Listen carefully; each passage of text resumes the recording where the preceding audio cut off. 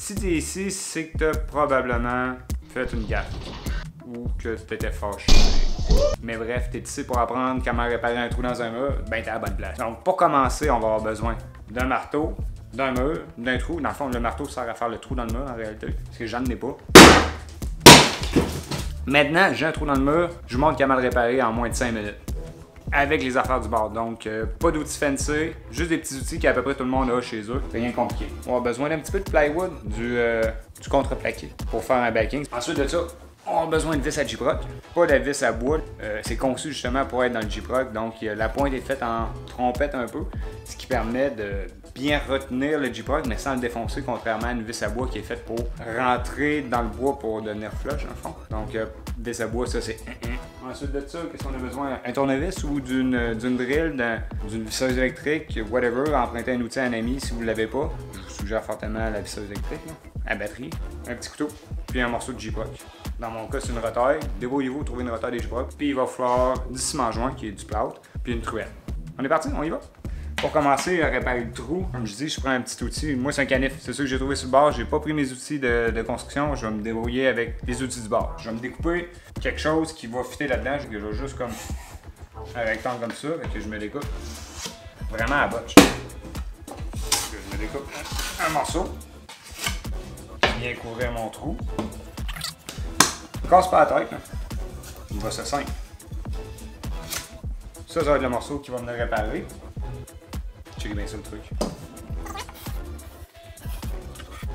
Évidemment, crayon de plomb et tout, ça va être pas pire. Ne prenez jamais de Sharpie ou de stylo sur du mur de main. Quand va venir le temps de peinturer, ça va ressortir. Puis pour finir, on peut prendre une petite scie, on peut prendre des outils un petit peu plus sophistiqués. Mais si tu as ces outils-là, tout pied à gyps, si tu as ça, t'as pas besoin de regarder la vidéo, sérieux, qu'est-ce que tu fais? Tu vas faire autre chose. Mais pour les autres, regarde, le même petit couteau, là, c'est du gyps, hein, c'est facile à le faire. Donc, faut juste être plus patient un peu. Ça irait vraiment mieux avec un petit un passe-partout qui appelle ça. Là.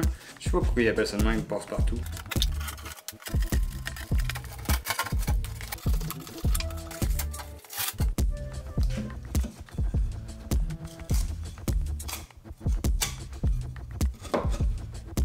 Là.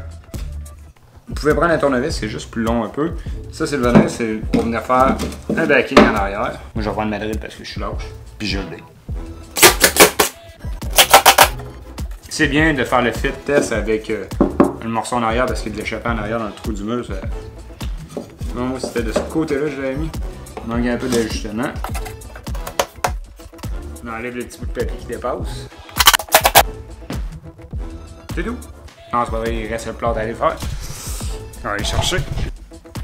Fait que l'autre bout qui est important, c'est de mettre une fibre qui va permettre d'unir les deux morceaux de gyps pour pas qu'ils se mettent à craquer. Moi, je vais utiliser de la fibre de verre. Je voulais le faire aussi avec du papier, mais j'en ai plus. On prend un morceau de fibre, il est autocollant. Mais il est vieux, fait que ça fait un bout. Je sais pas s'il va bien coller.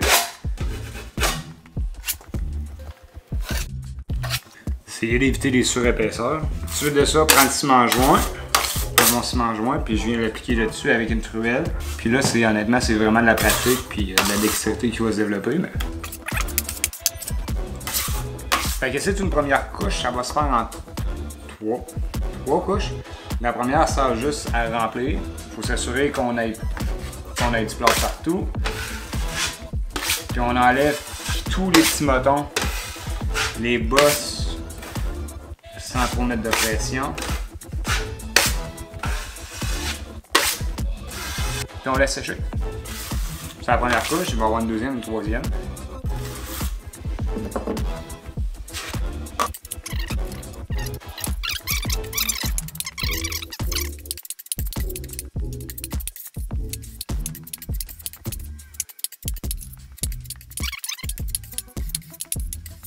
Quand je viens pour l'appliquer, je pèse avec, pas complètement à plat, mais avec un petit angle pour faire le périmètre, pour aider à avoir une petite pente vers le plâtre.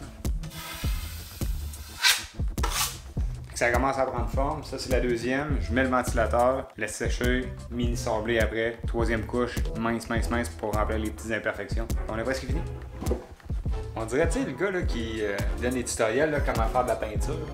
On dirait que c'est comme ce setup là. Des fois, entre la première et la deuxième couche, la seule affaire que je fais, c'est que je passe avec la truelle. On est déjà à la deuxième couche, puis on s'en va vers la troisième. Faire un dérapage, dans le fond, le mettre le plus près possible de qu'est-ce qui va être le rendu final.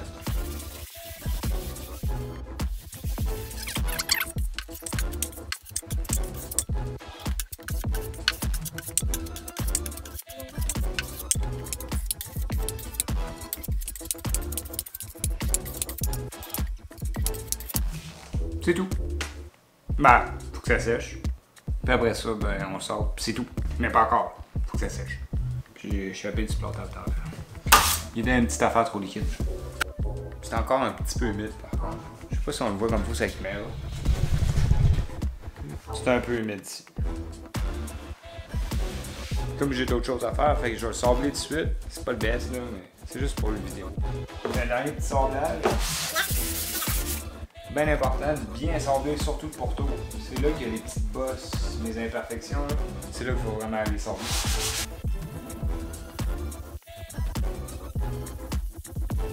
Là, c'est vraiment le bout important de bien voir les défauts parce que c'est la dernière étape. Il faut faire sortir les défauts.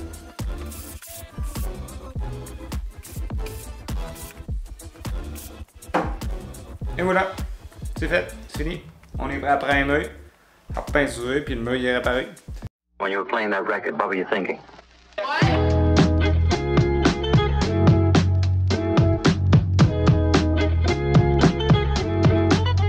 C'était-tu le fun? Ça valait-tu la peine? Ben, je sais pas. Tu fais de tes coups? En tout cas, C'est des beaux trous. Tu l'as bien éclaté. On ramasse.